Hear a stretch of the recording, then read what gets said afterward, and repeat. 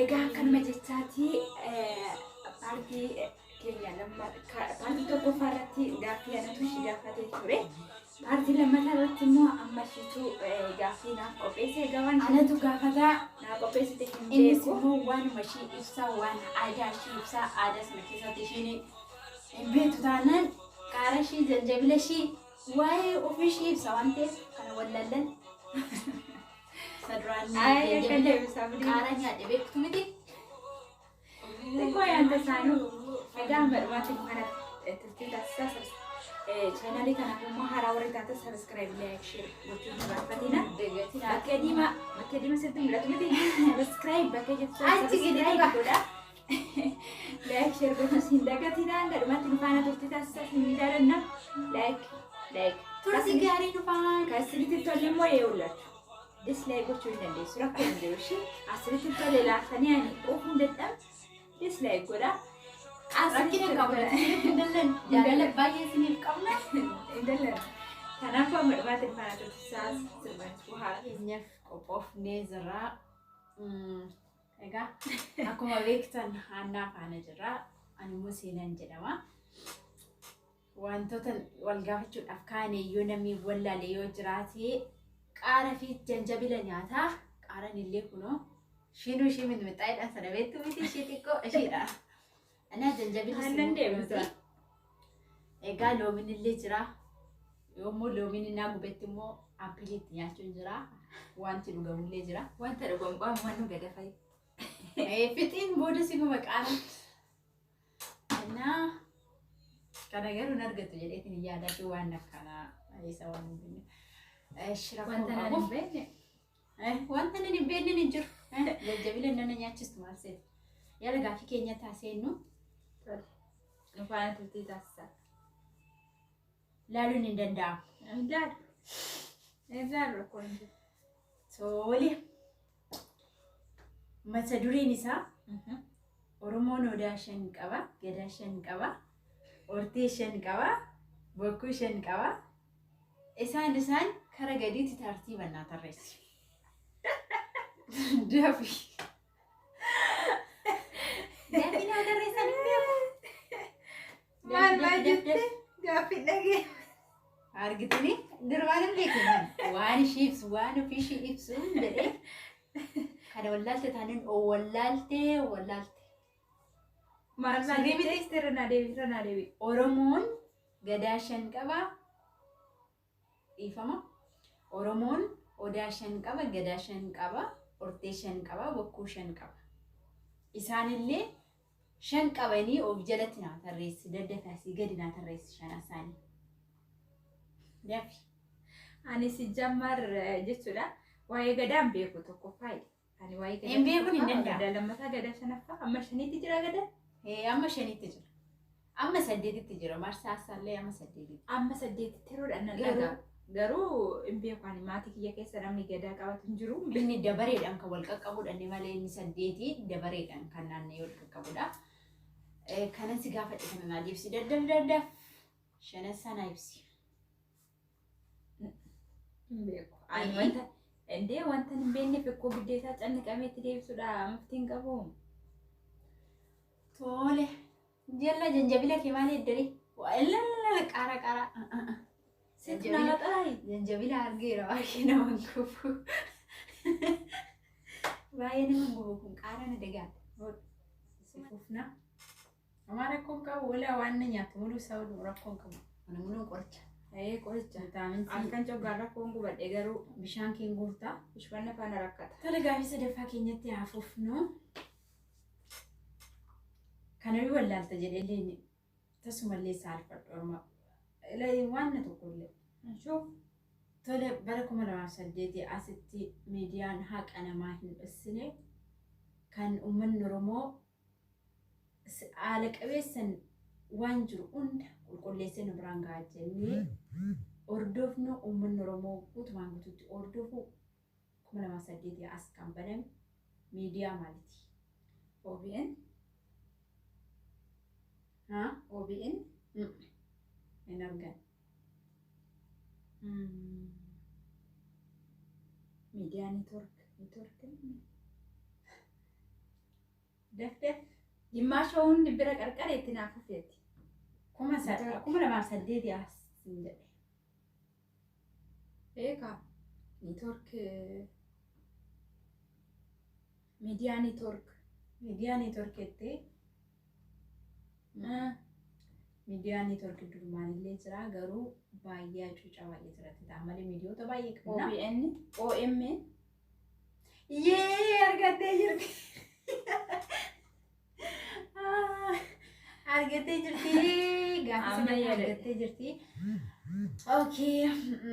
Amma achuma deebinee handhuura Finfinnee keessatti wal agarraa. Birraa wal agarra jedhee Galaana Gaaromsaa.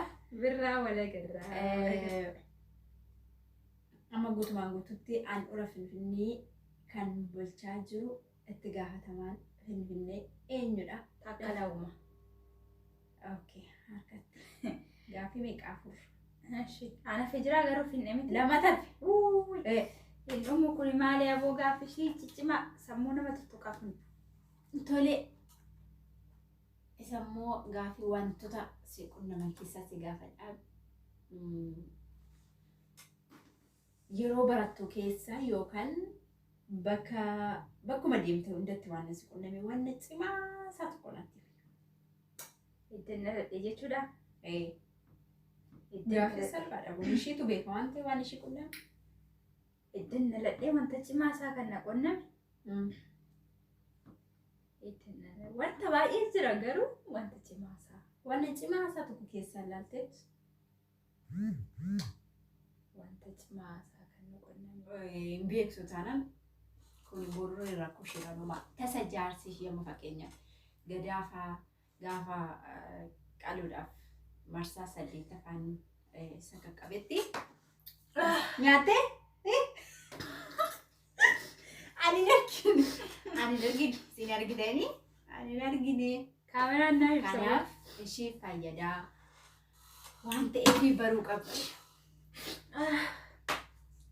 Nyaattee jechuudha. Gubadhe namni gaaffii hin beekne nama gaafatee qaara nama nyaachisaa. Tole kana sinumaa fadhiisaa ishiin kana wallaaltee jirti. Egaa gaaffii kana dhumarratti hin gaafannaa ishiitu nu deebisa. Qaaraa nyaatteeti kan jirtu. Naa ibsuu dandeessa dhumarratti. Rakkoon qabu. Kana mumayyuu naa ibsidee nyaadheera. Gaaffii kee tokkoffaa dhabdeettaa lammaffaatti hafuufa.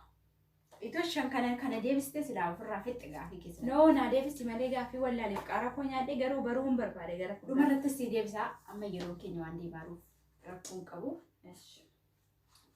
Tole gaaffiin kiyyaanii lammaffaan maqaan mootummaa naannoo Oromiyaa maqaan isaa eenyu bakki dhaloota isaa eessa? Iqirtaa egaa walillachuu dambanyaa hoomagate dambanyaa kagargilootu uccise lafa. Ishi bakka dhaloota isaa dhiifamallee aniyyuu waan hin beeknee fi maqaa sanaa dura Lammaa Magarsaa ture. Amma kan irra jiru immoo Taayyee Danda'a. Mootummaa naannoo Oromiyaa jedhe argitanii ishee surumaa hin jirtu jechuudha. Mootummaa naannoo Oromiyaa Taakkalaa Uumaa. Bakka. Wallaaltee jirta. Dab. Qaara miti amma. Janjabila. Loomii. Yaa rabbii ko loomiin jaalatte kanaaf. Nyaata dab. Lakki qoyi. Lammaan irraa bu'ee miti. Anatu deebisaaf jira. Gaaffii. Seenaan dhaggeeffadhu. Ani gammadu. Namni gammada coggaarraa koona bu'ee wala si baala gubata. Dafati miidiyaa irraa fagaattee jirta def. Yaa jarana Lammaan irraa bu'ee intinaa miti eenyu maqaasaa. Intinaa intiniin hin bee. Hin hojjetu. Kuni gaaffii. Mukee nama malu hin daffee. Def. Maalii yeroo kanatti fixxee hooyi nyaadhu. Gaaffii lama gaafadhee hin arganne lachashi amma shanashiidha. Largitu shanashee ishiin nyaachisiin qaaraa ishee. Akka malee wanti na qonname. Baay'ee jira. Wanti na qonname otoo hin ta'in garuu wanti inni itti kaffa'amee baay'ee tokko itti gaddee bakkaatti baay'ee tokko bakka utuman du'ellee jedhee itti kaffa'amee biyya Beerut deemee hedduman guddadhee jechuudha. Deemee raawwadhee biyya sana yeroo deemu dallaalan inni erge durbii koo ture. Mangistiidhaan deemtee biiroodhaan deemtee naan jedhee achitti na ergee ture. Yeroo achi deemee achi ga'u biiroos miti kan na fudhanii bakkee aeroppilaaniitii na fudhanii deebi'ee immoo neetiin ani bira taa'u xiqqoo edda hoggaa tokko minaamina turteen booda ati koo biiroodhaan miti kan dhuftee zimjettee nama si fide sila ta'eef ani biyya biraattis dabarsuu nan danda'a farankaadhaanis gurgurachuu nan danda'a yeroo naan jettu baay'ee tokkoon boo'ee baay'ee tokkoon gaddee baay'ee tokko bakka gizee sana tuun du'ellee lubbuun koo maaliif nama rartii hamman jedhutti jechuudha. Kana bakka wanti baay'ee tokko na gaddisiise. Tole guddaa galatoomii gaaffii keenya afaan fedhee jirra. Amma safin Nu deebistee jirti gaa ani gizee laman janjabila nyaadhee immoo gizee tokko janjabila loomii nyaanne na argaartu waan ta'eef waan hin sobne shan si gaafadhee miti. Shan na gaafate maal ta'a? Hin ga'u? Jaamaa na gaafatte. Tole ishee rakkoon qabu dandeessaa fi ani ishee maal Rakkoon qabu na gaafattusi. Naan deebistu waan ta'eef kanas jedheetti nini.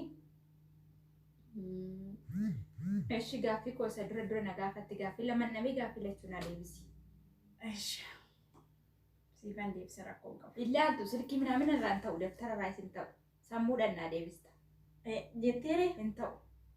yaa jiran akka kanatti Cufi silkii cufi. akka kanatti walmii namaa irra hin barreeffanne haani yaa jiran maa daftarii irratti barreessuu hin qabu. Duruu namni Tole ishee gada shananii sii deebisa. ofii ishiitiif sammuu ishiitti hin beekne silkii irra laalti anaan garuu na gaafatti uumaa miti. Yaadachuun waanuma jiru garuu yoon dogoggoree jedhetananii. Tole gada shanan Oromoon qabu keessaa odaa shananii sii deebisa. Odaa shanan sunis immoo bakka itti argamu hundumaa siifan ibsa rakkoon hin jiru. Tokkoffaan odaa nabee godina Shawaa Bahaatti argama. Lammaffaan odaa bisil godina Shawaa Lixaatti argama. Sadaffaan odaa bulluq godina Harargee argama. Odaa roobaa godina Baaleetti argama. Odaa bultum godina Harargee Lixaatti argama. Kana sammuutti qabattu amma sinatoo ta'e. Kana baruu qabdaa kunis barbaachisa. Innis immoo gadaa shanan siniif hin ibsa. Gadaa shanan birmajii, dulloo fi michillee, roobalee, leelbaa jedhama. Gadaa shanan. Kiyya maal jedhama? Isaan kana. Ati akka natti himtetti gadaa kan keessanii kan abbaa kee kan keetoon ta'in birmajii jedhama natti fakkaate. Maal jechuudha birjamiin?